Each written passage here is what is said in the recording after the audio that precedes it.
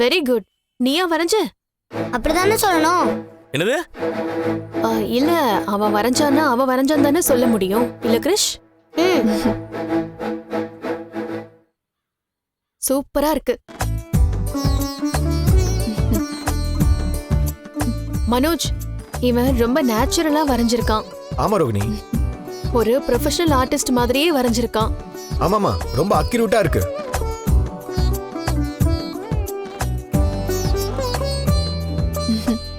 நம்ம வீட்ல நிறைய பேர் இருக்கும்போது கிரிஷ் ஏன் ஒன்ன மட்டும் வரைஞ்சிருக்கான்? ஒன்னதான் அவனுக்கு அவ்வளவு பிடிச்சிருக்கு. அது எப்படி ரோகிணி என்ன பிடிக்காம போகும்? இந்த வீட்லயே அதிகமா படிச்சது நான் தான், இருக்கிறதுலே ஹேண்ட்ஸமும் நான் தான். அதனால தான் என்ன வரைஞ்சிருக்கான். அது என்ன ஹேண்ட்ஸப்? என்ன துப்பாக்கி எண்ணிட்டுறாங்க? ஹேண்ட்ஸம்னா ஆண் அழகன். யார் இவனா? சரி சரி. சின்ன பசங்க அழகாவும் அறிவாவும் இருக்கிறவங்கள ரோல் மாடலா எடுத்துப்பாங்க. அவனும் அப்படிதான் என்ன பாக்குறான். என்னடா?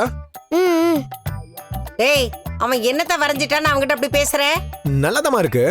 நீங்க சரியா பாருங்க. கிரிஷ், பாட்டிட்டு கூட. டேய், பாட்டின்னு சொல்லக்கூடாதுன்னு சொல்லியிருக்கேன்ல, அப்படி சொன்னேன்னா அரைஞ்சிருவேன். குடு. ஆண்டி, என்ன பண்றீங்க?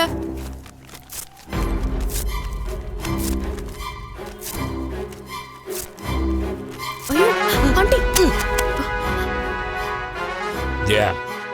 சின்ன பையன் ஆசையா வரைஞ்சு கொண்டு வந்து காட்டுற, அதை கிழிச்சு போடுற. எதுக்கு இப்படி எல்லாம் பண்ற? ஏமா இப்படி கிழிச்சிங்க? டேய், அவன் யாருன்னே தெரியாது, அவன் எதுக்கு என் பையனை வரையணும்? என்னப்பா அது அநியாயமா இருக்குது? ஒரு ஆளை வரையணும்னா அதுக்காக அவங்க பேரு அட்ரஸ் எல்லாம் தெரிஞ்சுக்கிட்டாப்பா வரைய முடியும். அம்மா கூட தான் தாஜ்மஹாலை வரைஞ்சு வச்சிருக்காங்க. ஓ, அதுக்கு என்னடா? மும்தாஜ் ஷாஜகான் எல்லாம் உங்க சொந்தக்காரரா?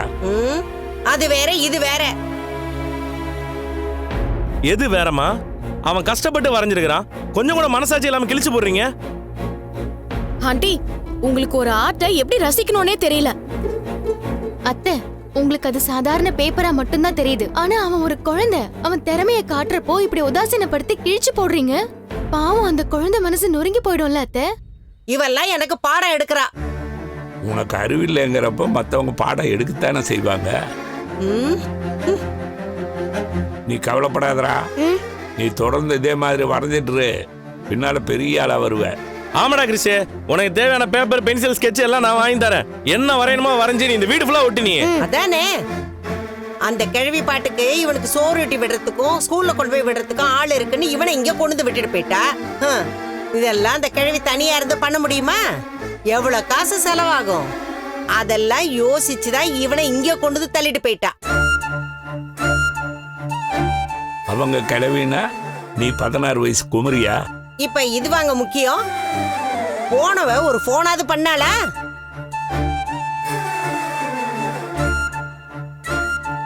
எனக்கு என்னமோ இதெல்லாம் ஏமாத்து வேலை மாதிரி தான் தெரியுது. அவ இந்த பையனுக்கு உண்மையான பாட்டியான்னு கூட எனக்கு சந்தேகமா தான் இருக்கு. உங்களுக்கு மனசுன்னு ஒண்ணு இருக்கான்னு கூட தான் எனக்கு சந்தேகமா இருக்குது. விஜயா, சும்மா வாய்க்கு வந்ததெல்லாம் பேசாத.